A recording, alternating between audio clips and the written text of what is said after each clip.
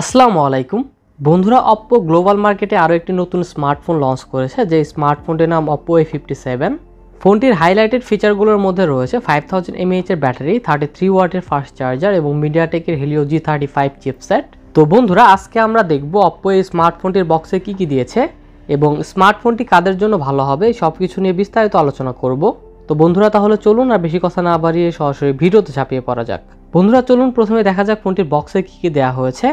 বরাবরের মতোই ব্লু কালারের একটি বক্সটি খুলে প্রথমে পেয়ে যাচ্ছে একটি সিম ইজেক্টর টুল, কিছু ডকুমেন্টেশন এবং একটি টিপিইউ কেস। বন্ধুরা, এরপর বক্সের মধ্যে রয়েছে আমাদের কাঙ্ক্ষিত স্মার্টফোনটি। এছাড়া আর বক্সটির মধ্যে থাকছে 33 ওয়াটের একটি ফাস্ট চার্জার এবং একটি USB Type-C কেবল। তো বন্ধুরা, এই ছিল ফোনটির বক্স কন্টেন্ট। চলুন কথা বলা যাক ফোনটির ডিজাইন এবং বিল্ড কোয়ালিটি নিয়ে। বন্ধুরা, ফোনটি আপনারা গ্লোয়িং ব্ল্যাক এবং গ্লোয়িং গ্রিন এই দুটি কালারে অ্যাভেলেবল পেয়ে যাবেন। হাতে রয়েছে গ্রিন কালারের ভেরিয়েন্টটি। বন্ধুরা, আমরা অপ্পোর মিড রেঞ্জের স্মার্টফোনগুলোর ডিজাইন যেমন দেখে থাকি, এই স্মার্টফোনটির ডিজাইন অনেকটাই তেমন। ফোনটির ব্যাক এবং ফ্রেম দুই জায়গাতেই পলিকার্বনেট প্লাস্টিক ব্যবহার করা হয়েছে এবং সাথে ফোনটির ব্যাক প্যানেলে একটি স্মুথ গ্লসি ফিনিশিং করা হয়েছে। গ্লসি হওয়ার কারণে এটা কিছুটা গ্লো করে। আর এই স্মার্টফোনটির ব্যাক প্যানেল খুবই ফিঙ্গারপ্রিন্ট ম্যাগনেট, খুব সহজেই এই স্মার্টফোনটির ব্যাক প্যানেলে আঙুলের ছাপ পড়ে যায়। ফোনটির ফ্রেম ফ্ল্যাট করা হয়েছে এবং কর্নারগুলো রাউন্ড শেপের করা হয়েছে। ফোনটির ওয়েট 187 গ্রাম এবং ফোনটির thickness 8 millimetre.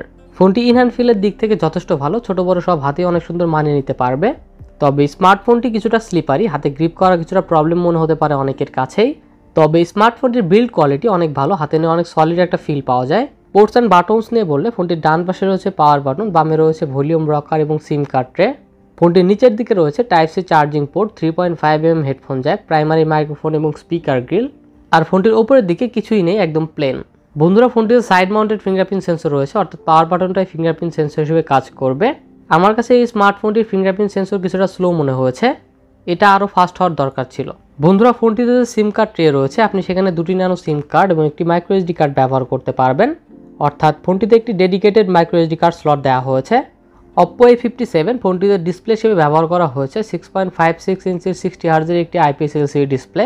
ডিসপ্লেটি 720p HD+ resolution supported. ফোনটির স্ক্রিন টু বডি রেশিও 84.2%, ডিসপ্লেটির PPI ডেন্সিটি 269 ও ডিসপ্লেটির টিপিক্যাল ব্রাইটনেস 480 নিটস। ফোনটির ডিসপ্লেটি চিন এবং বেজেল অ্যাভারেজ মনে হয়েছে আমার কাছে।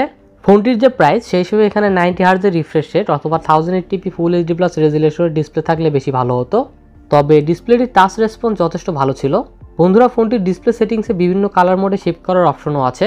আউটডোরে ডিসপ্লেটির ব্রাইটনেস যথেষ্ট ভালো ছিল, তবে একদম ডিরেক্ট সানলাইটে কিছুটা প্রবলেম ফেস করতে হয়েছে আমাকে। আর বন্ধুরা, যেহেতু এটা কোনো অ্যামোলেড ডিসপ্লে না, তাই আপনারা অলওয়েজ অন ডিসপ্লে ফিচারের মতো অনেক ফিচারই এটাতে ব্যবহার করতে পারবেন না। বন্ধুরা, আউট অফ দ্য বক্স ফোনটিতে Android 12 পাওয়া যাবে, আর সাথে থাকছে ColorOS এর লেটেস্ট ভার্সন ColorOS 12.1। ফোনটিতে প্রি ইনস্টল অনেক অ্যাপ রয়েছে, তবে চাইলে অ্যাপগুলো আনস্টল করা যায়। বন্ধুরা, ColorOS যথেষ্ট স্টেবল একটি UI, এটাতে অনেক রকমের কাস্টমাইজেশনের অপশনও রয়েছে।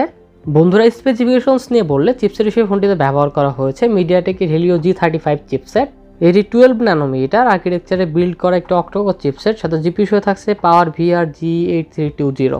নর্মালি আমরা 11-12 হাজার টাকার ফোনগুলোতে এই চিপসেট দেখে থাকি। নর্মাল ইউজের জন্য এই চিপসেটটি আনা হলেও প্রাইস হিসেবে গেমিংয়ের জন্য কোনো দিক দিয়েই ভালো না।